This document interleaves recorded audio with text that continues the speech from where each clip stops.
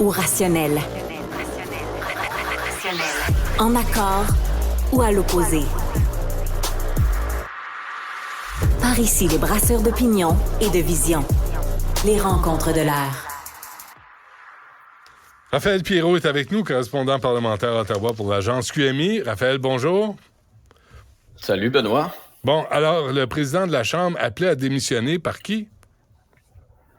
Par le NPD. En fait, on pensait que tout le monde allait le demander. Il y avait beaucoup de spéculations ce matin. Je sais que tu es très friand. Tu as parlé beaucoup de ce sujet-là ce matin. Puis tu n'es pas le seul. En fait, ça fait parler partout dans le monde. Même le porte-parole du Kremlin en a parlé. Et puis, oui. C'est ça. Ce matin, oui.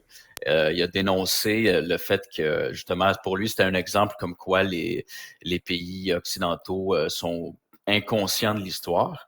Bref, mais c'est ça, ce matin, j'étais pas le seul, on s'attendait tous à ce que, presque tous, à ce que le président de la Chambre, oui, prenne ses responsabilités, s'excuse encore, mais peut-être même démissionne, parce que c'est vraiment, comme l'ont dit plusieurs de ses opposants ce matin, une erreur gravissime. Et donc, finalement, il l'a pas fait. Il a pas annoncé sa démission. Ça, c'était tantôt, là, on se parle, il est midi et quart. C'était tantôt à 11h ce matin. Donc, c'était le suspense. Est-ce qu'il va démissionner ou pas? Et puis, c'est ça. Finalement, ça s'est pas passé. Il s'est excusé encore. Il a pris la responsabilité, l'entière responsabilité. Mais tout le monde parle en bien de M. Rota, mais ça veut pas dire qu'il est compétent, là. Tu sais, t'invites quelqu'un, un ancien nazi. Sacramouille, qui a échappé le ballon? Peux-tu le savoir?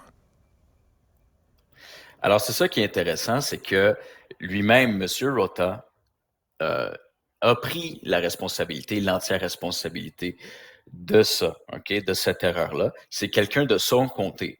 Après, je n'ai pas les détails. Je ne sais pas exactement si c'est lui qui est allé le chercher ou si c'est le monsieur qui s'est présenté, qui a dit « j'aimerais ça être au Parlement ce jour-là ». Ça, je ne le sais pas pour l'instant.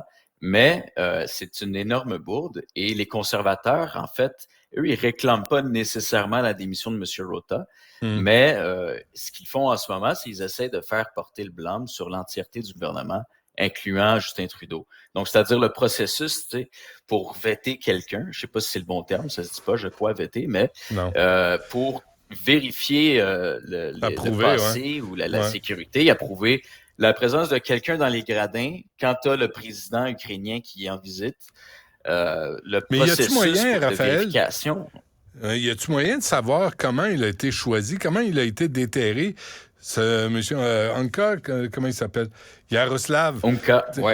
Yaroslav Unka, oui. Comment ils l'ont trouvé, ce type-là? 98 ans. C'est quand même, faut que tu le trouves, faut que tu le connaisses. Y a-tu un lien entre lui, sa famille, quelqu'un parti? Je sais pas. C'est tout ce que je sais en ce moment, c'est que c'est quelqu'un qui est dans le comté du président. Le président de la Chambre, Anthony Rota, est élu dans le coin de North Bay, OK? Donc, en Ontario. Et M. Unka est un membre de son comté. Il habite dans ce coin-là. Le lien, donc, je crois, vient de là. Après ça, je sais pas. Mais pour tout ce qui est vérification des antécédents, clairement, ça n'a pas été fait. Parce que, comme le disait Andrew Scheer ce matin dans la Chambre des communes, une simple recherche Google aurait permis de trouver, en fait, ce monsieur-là et ses allégeances et son passé au sein, pas juste de l'armée allemande, là, je veux dire, il était membre des SS. Ben oui. Donc, c'est une erreur grave. Et puis, les conservateurs essaient de faire porter le blâme à l'entièreté là, du caucus libéral pour l'instant. Donc, et pendant ce temps, ça coûte toujours aussi cher faire ses courses au Canada.